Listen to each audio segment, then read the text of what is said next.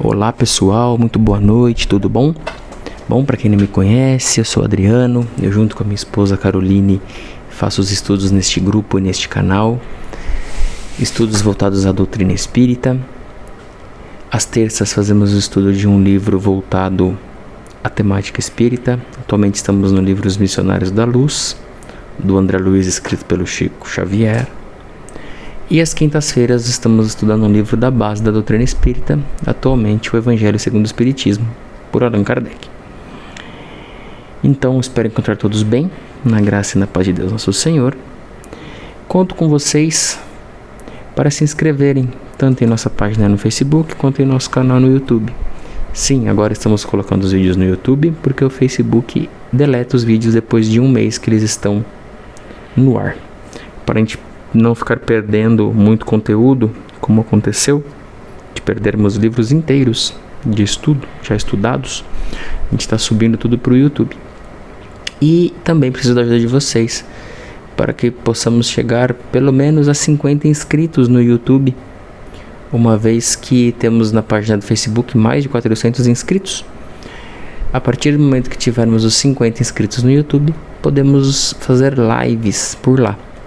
Atualmente estou gravando os nossos áudios das aulas, dos estudos, para que possamos colocar no YouTube mais rapidamente. Quando pudermos abrir live, aí eu abro a live e a gente volta até as lives para que vocês possam participar sempre que possível. Então, nossos estudos estão sempre seguindo o mesmo formato, de uma prece inicial, o estudo, as vibrações e a prece final. Então vamos lá, dar sequência ao capítulo 13 do livro Os Missionários da Luz. Iniciemos então mais esta noite, agradecendo a Deus nosso Pai a oportunidade de aqui nos reunirmos em seu nome, com a companhia de Jesus nosso Mestre, a nos orientar, bem como a companhia dos bons irmãos, nossos mestres, nossos mentores, todos os nossos benfeitores. Agradecemos antecipadamente a presença de todos os irmãos encarnados e desencarnados que se propõem a estar aqui conosco, a vir até aqui e nos acompanhar neste momento. Agradecemos imensamente a misericórdia de Deus nosso Pai, que nos proporciona esta oportunidade de aprendizado, de educação e de conhecimento. Obrigado, Pai, por tudo, por tanto, por cada um de nós, por cada oportunidade e por este momento abençoado em nossas vidas. Fiquemos na sua luz, na sua paz e sob sua proteção hoje e sempre, Senhor. Que assim seja, graças a Deus. Bom, como eu falei, nós estamos aqui seguindo no capítulo 13 do livro Os Missionários. Este é um capítulo onde a gente está acompanhando a questão do processo reencarnatório do espírito Segismundo. Ele tinha uma questão, ainda tem na verdade, uma questão a resolver com os espíritos que hoje encarnados na época aqui do capítulo. Eles já tinham passado por desavenças, por problemas em vidas anteriores. O Segismundo vem nessa encarnação como filho deles, só que ele tem uma resistência muito forte por parte da pessoa que será o seu pai, pois essa pessoa foi assassinada pelo Segismundo em outra encarnação e guarda na lembrança, por mais que eles tenham combinado, os três no plano espiritual tenham se reencontrado, tenham se perdoado frente a tudo o que aconteceu e combinado inclusive essa reencarnação nesta conformação de família, aqui encarnado o espírito do Adelino, que será o pai do Segismundo. Ele sente muito horror quando acontece esse contato do Segismundo na preparação para a reencarnação como filho do Adelino. Então é normal, né, que tem toda uma narrativa, uma narração do acontecido, a gente acompanhou nas outras semanas, e com a intervenção dos mentores, essa aproximação consegue ser feita de uma forma mais direta. O Segismundo pede perdão ao Adelino e o Adelino concede o perdão ao Segismundo. E a partir daí vamos ver agora como que vai se desenrolar esse processo de reencarnação do Segismundo. Tá bom? Tinha que fazer essa introdução porque é sempre bom, né? Muitos às vezes estão chegando aqui pela primeira vez e não sabem o que está acontecendo no capítulo, né? Bom a gente relembrar, tá bom? Então vamos lá. Alexandre então se despediu de todos. A gente parou o capítulo no meio, depois da explicação dele a respeito dessa reencarnação e do planejamento corpóreo que o Segismundo vem fazendo. E aí ele volta aqui a falar: voltaremos a vê-los no dia da ligação inicial de Segismundo com a matéria física.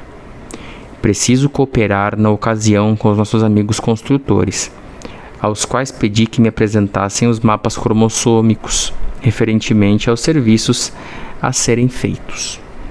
Então, até o momento da concepção do corpo físico e da ligação do espírito com esse corpo físico, os nossos benfeitores, os bons irmãos, a boa espiritualidade, ela vem nos acompanhar e vem garantir que o encontro, o mapeamento cromossômico saia exatamente da forma como é necessário para aquilo que a gente se propôs a vir fazer aqui. E tem gente que acha que nasceu por acaso, que nasceu a família errada, que não pediu para nascer. E aí você vai estudando e chega à conclusão que é o contrário. Você está no lugar certo, com as pessoas certas, no momento certo, no corpo certo, com as dificuldades certas.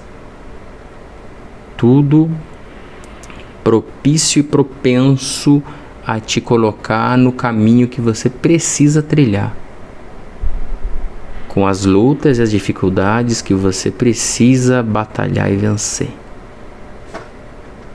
Então, nada é no acaso. Vamos seguindo.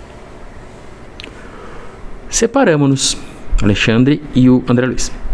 E eu, torturado de curiosidade estranha, em vista daqueles cuidados extremos para que Adelino e Segismundo se reconciliassem antes da reaproximação dos laços da carne, não suptei as interrogações que me atormentavam o espírito. Não seria lícito providenciar a reencarnação do necessitado sem quaisquer delongas? Por que tamanha demonstração de carinho para com o esposo de Raquel, se ele deveria sentir-se satisfeito em poder cooperar na obra sublime da redenção? Não dispunhamos de suficiente poder para quebrar todas as resistências? Alexandre ouviu-me pacientemente. Gente, eu acho que essa parte aqui eu já li. Deixa eu ver. Vocês me desculpem. Deixa eu ver. Nós estamos no ponto certo. Alexandre ouviu-me pacientemente, mostrou um sorriso de pai e respondeu: a sua estranheza é natural, não se habituou ainda aos trabalhos de socorro ou de organização neste lado da vida. E depois de uma pequena pausa considerou: cada homem, como cada espírito, é um mundo por si mesmo, e cada mente é como um céu. Do firmamento descem raios de sol e chuvas benéficas para a organização planetária, mas também, no instante do atrito de elementos atmosféricos, desse mesmo céu procedem as faíscas destruidoras. Assim é a mente humana. Dela se originam as forças equilibrantes e restauradoras para os trilhões de células do organismo físico. Mas, quando perturbada, emite raios magnéticos de alto poder destrutivo para as comunidades celulares que a servem. O pensamento envenenado de Adelino destruía a substância da hereditariedade, intoxicando a cromatina dentro da própria bolsa seminal. Ele poderia atender aos apelos da natureza, entregando-se à união sexual, mas não atingiria os objetivos sagrados da criação, porque pelas disposições lamentáveis de sua vida íntima, ele estava aniquilando as células criadoras ao nascerem, e quando não as aniquilasse por completo, intoxicava os genes do caráter, dificultando-nos a ação. Ora, no caso de Segismundo unido a ele em processo ativo de redenção, não podemos dispensar-lhe o recurso amoroso e fraterno. Daí vem a necessidade desse trabalho intenso para despertar-lhe os valores afetivos. Somente o amor proporciona vida, alegria e equilíbrio. Modificado em sua posição íntima, Adelina emitirá, doravante, forças magnéticas protetoras aos elementos destinados ao serviço elevado da procriação. Então ele está falando que enquanto o Adelino cultivava esse magnetismo, esse pensamento de ódio, de rancor, automaticamente ele trazia para as células do próprio corpo uma sensação destruidora. Ele trazia para as células dos espermatozoides um empuxo de energia suficiente para destruir as células. Ele acabava destruindo a possibilidade de procriar. A palavra do orientador não podia ser mais lógica. Começava agora a compreender o sentido sublime do trabalho que se realizara para que o esposo de Raquel se fizesse mais humano e mais doce. Como não encontrasse expressões para definir o meu assombro, Alexandre sorriu e acentuou depois de um intervalo. Segundo pôde observar, não existem por aqui milagres para o culto do menor esforço. E quando ensinamos em toda parte a necessidade da prática do amor, não procedemos obedientes a meros princípios de essência religiosa, mas atendendo a imperativos reais da própria vida. Então ele fala que não tem milagre para que se pense na lei de menor esforço. Não existe uma lei de menor esforço. E quando ele fala que por toda parte eles ensinam a prática do amor, não é por questão de essência de religião, não. É porque é necessário para a própria vida. No curso de seus esclarecimentos alusivos ao interessante caso de Segismundo, o bondoso instrutor ferira assuntos de grande relevância para mim. Mencionar a união sexual e designar o trabalho criador como seu objetivo sagrado. Não seria esse o momento oportuno de ouvi-lo mais extensamente a respeito do delicado assunto? Mandei logo várias interrogações ansiosas. Alexandre não se mostrou surpreendido e ouviu-me as perguntas com imperturbável serenidade. Quando me coloquei na atitude de expectativa, respondeu amavelmente. Um golinho de água, gente.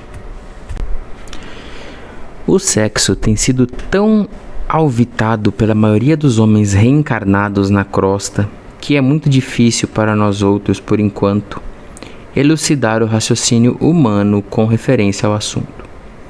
Basta dizer que a união sexual entre a maioria dos homens e mulheres terrestres se aproximam demasiadamente das manifestações dessa natureza entre os seres irracionais. No capítulo de relações dessa espécie, há muita inconsciência criminosa e indiferença sistemática às leis divinas. Deste plano não seria razoável qualquer comentário de nossa parte. Trata-se de um domínio de semibrutos, onde muitas inteligências admiráveis preferem demorar em baixas correntes evolutivas. É inegável também que aí funcionam as tarefas de abnegados construtores espirituais, que colaboram na formação básica dos corpos, destinados a servirem as entidades que reencarnam nesses círculos mais grosseiros. Entretanto, é preciso considerar que o serviço em semelhante esfera é levado a efeito em massa, com características de mecanismo primitivo. O amor, nesses planos mais baixos, é tal qual o ouro perdido em vasta quantidade, exigindo largo esforço e laboriosas experiências para revelar-se aos entendidos. Entre as criaturas, porém, que se encaminham de fato aos montes de elevação, a união sexual é muito diferente. Traduz a permuta sublime das energias perispirituais, simbolizando o alimento divino para a inteligência e para o coração, e força criadora, não somente de filhos carnais, mas também de obras e realizações generosas da alma para a vida eterna. Então ele fala que na grande maioria dos casos a gente vem banalizando a questão do sexo nos círculos reencarnatórios aqui na Terra, tal como animais irracionais, como coisa de semibrutos mesmo, e que muito raramente nestes círculos menos esclarecidos, vamos chamar assim, essa união se faz por amor, né? E a gente vê isso muito acontecendo, né? Muitas uniões aí que são apenas por interesse, por paixões, né? É realmente uma coisa mais animalesca, vamos pensar assim, né? Agora no carnaval, então, papagaio e periquito, né, gente? A coisa fica escancarada, né? É nítido que ninguém tá fazendo nada ali por amor, né? Não digo ninguém, tá? Não falar ninguém também é sacanagem, é forçar. A gente sabe que rola ali uma... Como se diz aí, né? Dizem que a origem da palavra é essa, né? Rola uma festa da carne mesmo, né? E o negócio é feio. O negócio é feio.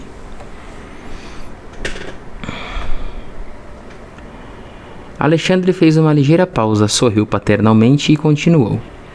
Lembre-se, André, de que me referi a objetivos sagrados da criação e não exclusivamente ao trabalho procriador.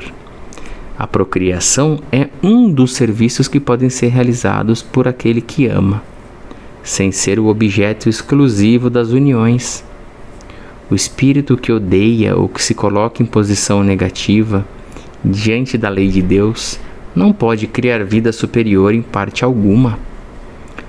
Compreendi então que o problema era muito mais difícil de ser explanado, mas como se quisesse desfazer todas as minhas dúvidas, o dedicado instrutor prosseguiu depois de uma breve interrupção. É necessário deslocar a concepção do sexo, abstendo-nos de situá-la tão somente em determinados órgãos do corpo, transitório das criaturas. Vejamos o sexo como qualidade positiva ou passiva, emissora ou receptora da alma. Chegados a esse entendimento, verificamos que toda manifestação sexual evolui com o ser. Enquanto nos mergulhamos no charco das vibrações pesadas e venenosas, experimentamos desse domínio apenas sensações. À medida que nos dirigirmos a caminho do equilíbrio, colhemos material de experiências proveitosas, oportunidades de retificação, força, conhecimento, alegria e poder. Em nos harmonizando com as leis supremas, encontramos a iluminação e a revelação, enquanto os espíritos superiores colhem os valores da divindade. Substituímos as palavras união sexual por união de qualidades.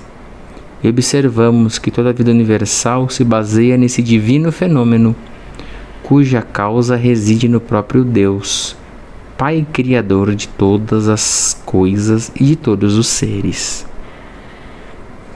Ele fala que não é só a questão da concepção que está ligada ao sexo, né? Mas sim uma questão realmente que fala uma qualidade positiva ou passiva, emissora ou receptora da alma. E isso faz com que as pessoas também se unam, né? Não só de corpo, mas de corpo e alma, como se diz, né? As palavras de Alexandre abriam-me novos horizontes ao pensamento. As questões obscuras do tema tornavam-se claras ao meu campo mental, fazendo-me sentir que os intervalos da conversação se destinavam a fornecer-me tempo para meditar. O benevolente instrutor continuou depois de uma longa pausa. Essa união de qualidades entre os astros chama-se magnetismo planetário de atração. Entre as almas, denomina-se amor. Entre os elementos químicos é conhecida por afinidade.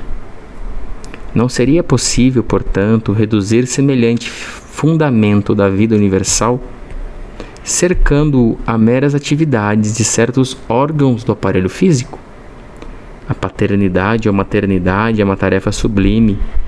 Não representam, porém, os únicos serviços divinos no setor de criação infinita.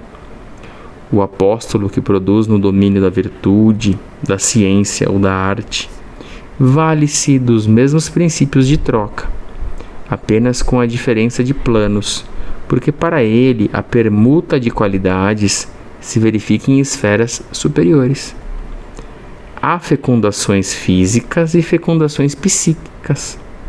As primeiras exigem disposições da forma, a fim de atenderem às exigências da vida, em caráter provisório, no campo das experiências necessárias. As segundas, as fecundações psíquicas, porém, prescindem no cárcere de limitações e efetua-se nos resplandecentes domínios da alma, em processo maravilhoso de eternidade. Quando nos referimos ao amor do Onipotente, quando sentimos sede da divindade, nossos espíritos não procuram outra coisa senão a troca de qualidades com esferas sublimes do universo, sequiosos do eterno princípio fecundante. Muito interessante, né? Muito interessante de falar que a fecundação não é só física, ela também é física, mas ela também é psíquica, né? É muito interessante. Muito. Vamos fazer mais 5 minutinhos aqui. Alexandre fez uma longa pausa, como se ele mesmo permanecesse embevecido por semelhantes evocações. Eu, por minha vez, achava-me deslumbrado. Nunca ouvira definições tão profundas referente à posição do sexo na vida universal. É lamentável, continuou o orientador gravemente, que a maioria dos nossos irmãos encarnados na crosta tenha menosprezado as faculdades criativas do sexo, desviando-as para o vórtice de prazeres inferiores. Todos pagarão, porém, centavo por centavo, o que devem ao altar santificado, através de cuja porta receberam a graça de trabalhar e aprender na superfície da terra. Todo ato criador está cheio de sagradas comoções da divindade, e são essas comoções sublimes da participação da alma nos poderes criadores da natureza que os homens conduzem imprevidentemente para a zona do abuso e da viciação. Tentam arrastar a luz para as trevas e convertem os atos sexuais profundamente veneráveis em todas as suas características numa paixão de vício tão deplorável como a embriaguez ou a mania do ópio. Entretanto, André, sem que os olhos mortais lhe observem as angústias retificadoras, todos os infelizes em semelhantes despenhadeiros são punidos severamente pela natureza divina. Então ele fala que as pessoas estão arrastando uma questão que é tão nobre e tão carregada do amor de Deus para uma coisa de vício, de abuso, né? Que é uma verdade. De novo eu cito o carnaval aí, que as pessoas acham que é a época de, a gente fala, né, de soltar as frangas, né? É a época de abusar do corpo e do sexo, né? Você liga a TV, o que você vê são isso aí. Mulheres quase nuas, se mostrando para todo mundo. Bem que se dizer, se oferecendo para todo e qualquer homem. E as pessoas vão para os blocos com a mesma intenção. Beber. Ficar muito louco. Se oferecer. Enfim. Né? É doido. Gente, eu vou parar nesse ponto porque já tá com um tempo bem razoável. Tá? Não vou deixar muito longo não. Mas é isso. Ele vem aqui agora tratando um pouco mais dessa questão, podemos chamar assim, filosófica, por trás de uma questão que muitos tratam como só apenas físico. Como se o sexo fosse algo só uma vontade ou só uma necessidade do corpo físico e dos órgãos reprodutores. E não, ele vem mostrando que é uma coisa bem mais profunda, que tem um significado muito mais profundo, porque remete até mesmo à nossa própria criação de Deus.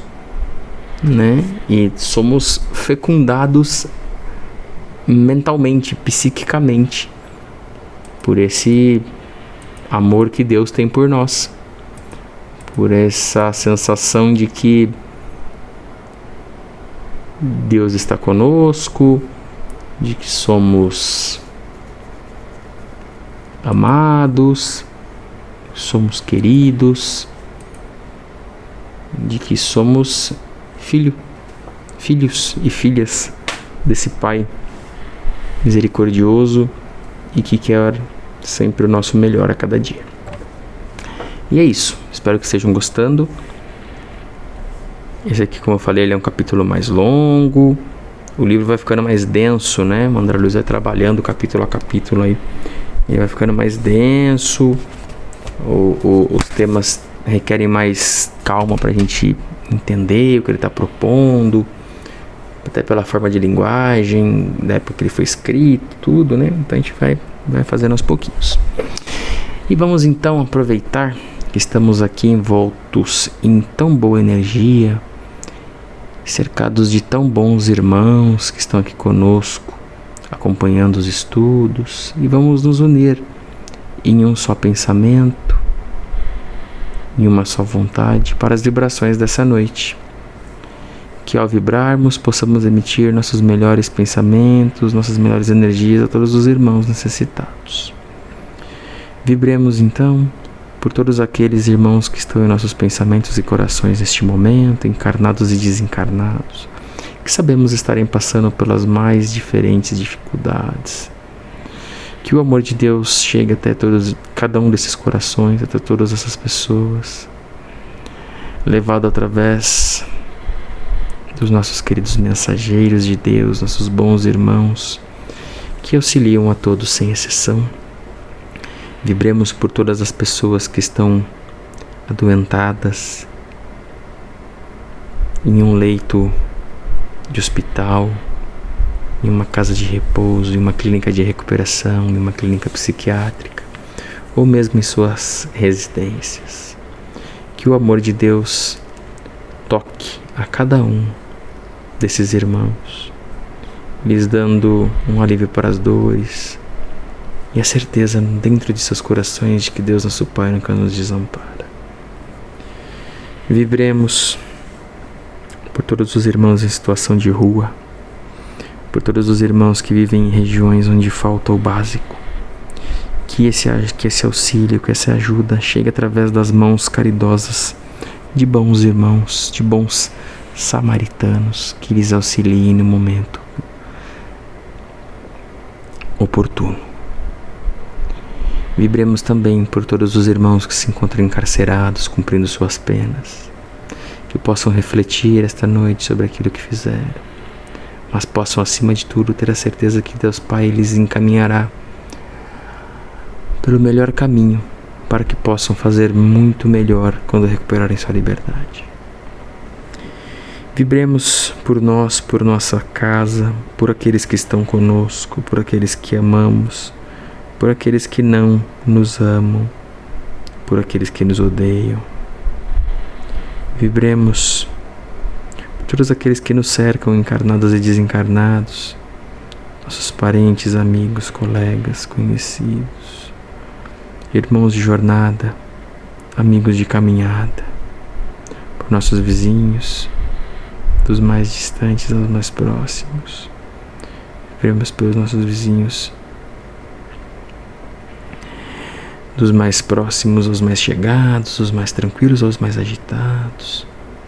Que o amor de Deus toque cada um desses corações, para que a nossa convivência seja sempre a mais respeitosa possível. Vibremos também pelo nosso planeta, pela energia do planeta como um todo, para que este planeta possa assim melhorar seu padrão vibratório, subir a qualidade de sua energia. E assim, Pai amado, te agradecemos mais uma vez a oportunidade de aqui estarmos reunidos em seu nome. Agradecemos a Jesus, nosso Mestre, por nos acompanhar, e por todos os nossos mentores e benfeitores por estarem conosco. Fiquemos, queridos irmãos, na luz e na paz de Deus, nosso Senhor, hoje e sempre. Cuidem-se, e a gente se vê na quinta-feira com o estudo do Evangelho segundo o Espiritismo. Muito obrigado, fiquem com Deus. Tchau, tchau.